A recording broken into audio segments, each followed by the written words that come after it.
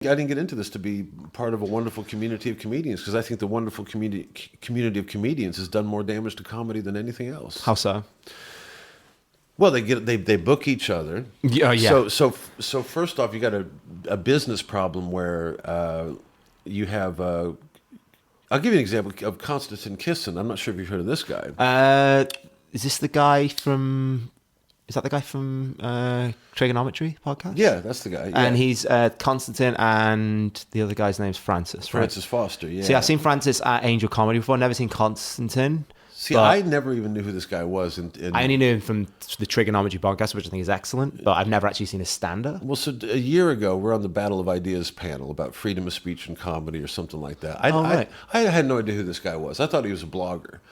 So I'm sitting in the backstage trying to compile my notes. He's like, hey, doing all this. I was like, okay, I'm working on my notes here. We get on stage in the panel, and at one point in the panel, he says he would never book somebody like Will Franken because of the controversial nature, and in his opinion, audiences wouldn't come back.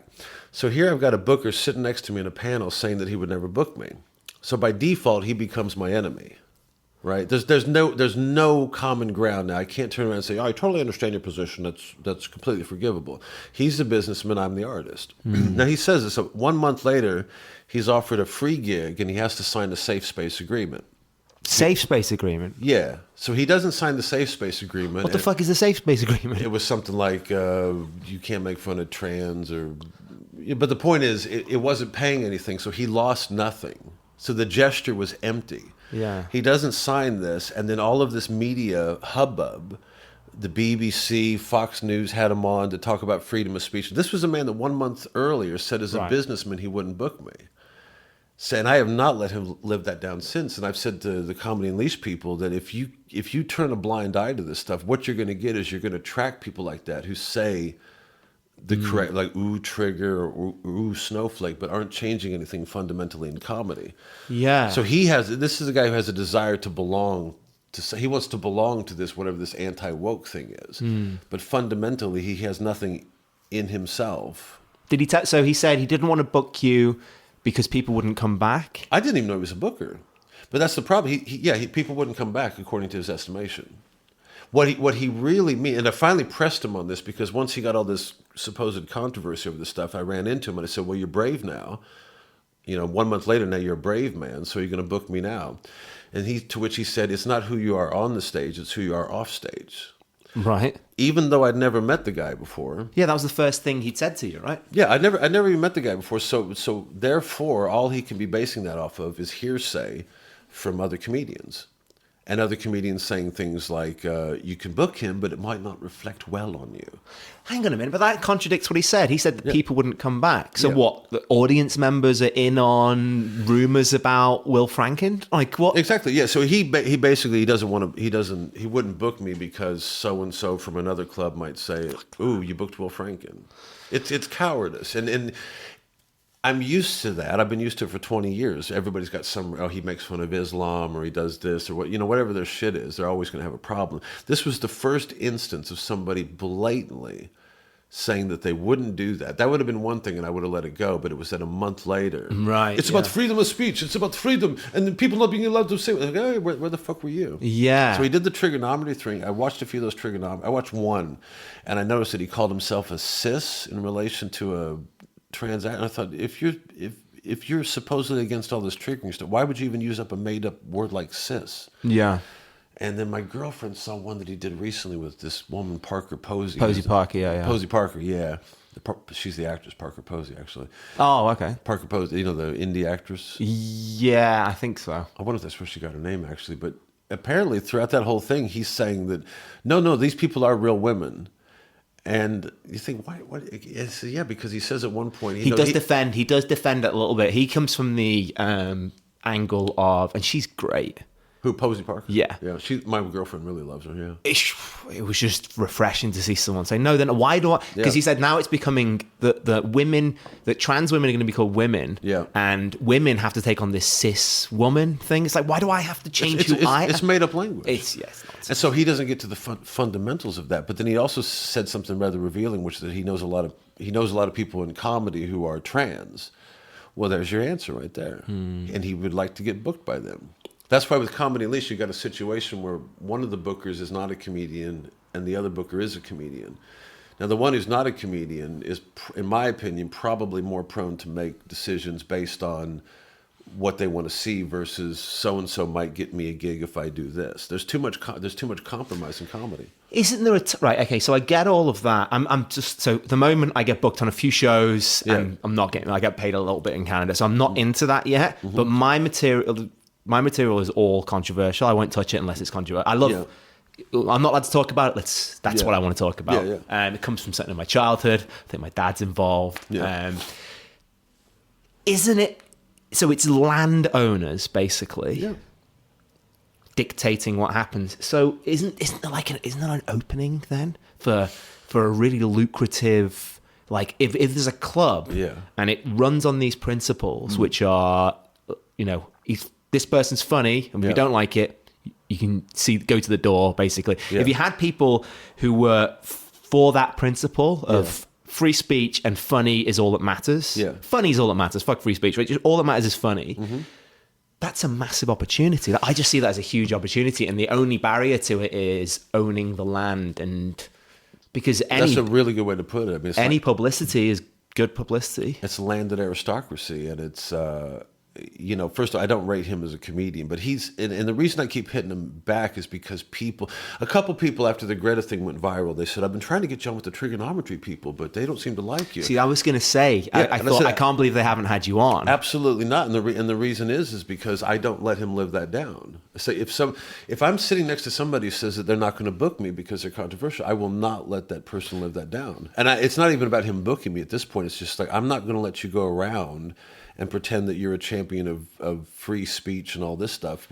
That's the American in you. Because the British thing to do is to go, well, now we can get on with it. Now we can get on. Now he's part of the team now. Yes, exactly. Yeah, and there is that fiery Midwestern, That's the thing I love about Americans.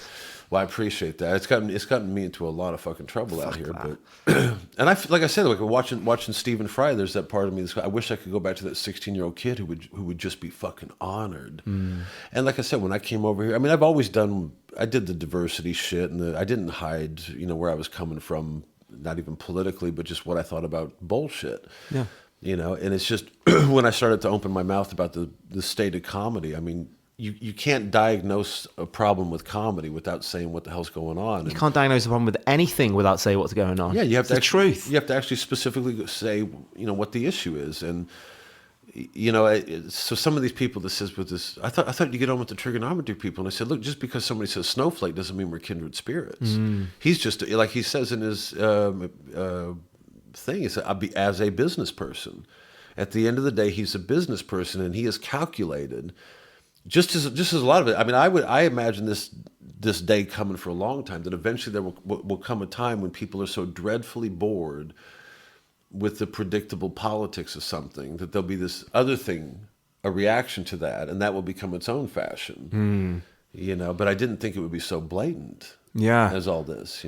Yeah, it's so funny, because I was going to say that I thought you would have been on there. The fact that they haven't had you on, that's interesting. I like the fact that you will.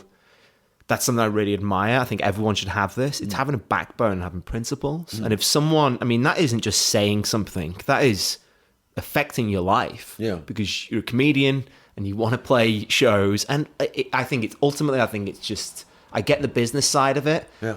But I think they're missing a trick, because we're at the time now where the real thing matters. The poses don't matter as much because they're not making any actual changes. But you got to make sure the audiences are smart too, because I mean, the Spectator wrote about this stuff. I've completely turned I don't know if you know Spiked magazine, but Spiked magazine, yeah, they've also got a podcast as well. I've completely turned off of those guys and I've written a few things for them.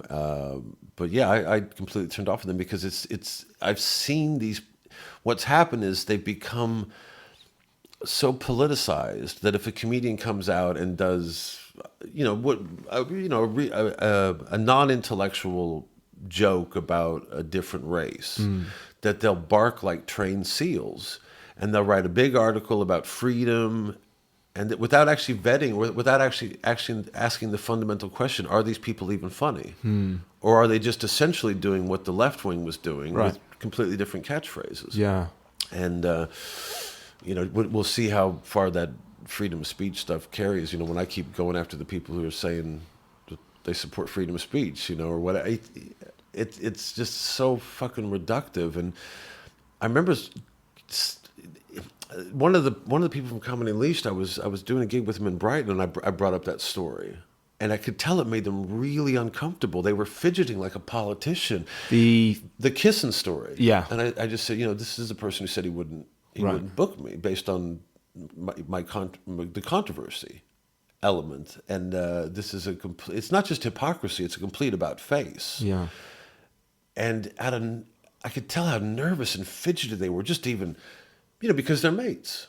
As you say, it's landowners, and at one point, this is a guy who's talking about, Comedy Unleashed, and he says, I like to build bridges, not burn them. And that is such a fucking political answer. I couldn't believe it. And I wasn't asking the guy to go, ape shit and tear down the walls or whatever. I was just saying, this is my story, and it's making you really uncomfortable. Because they're so heavily invested right now in the anti-woke stuff. That's it, and they do that because the Spectator gives them columns, and it becomes a newsworthy story. But I have never said anything like this in my life. But I read a Spectator article on this, and I thought, this is run by stupid old white men. And I sounded like an SJW when I said, I couldn't believe that came out of my mouth. But because there's some truth to that. It's just it became such a catchphrase, like you say, that it's it's like, I imagine stupid old white men going, this is a revolution. What's the revolution? Somebody doing a tweet who's not really that person making a joke about veganism? Right. This is Jonathan Swift to you? What's wrong with you people?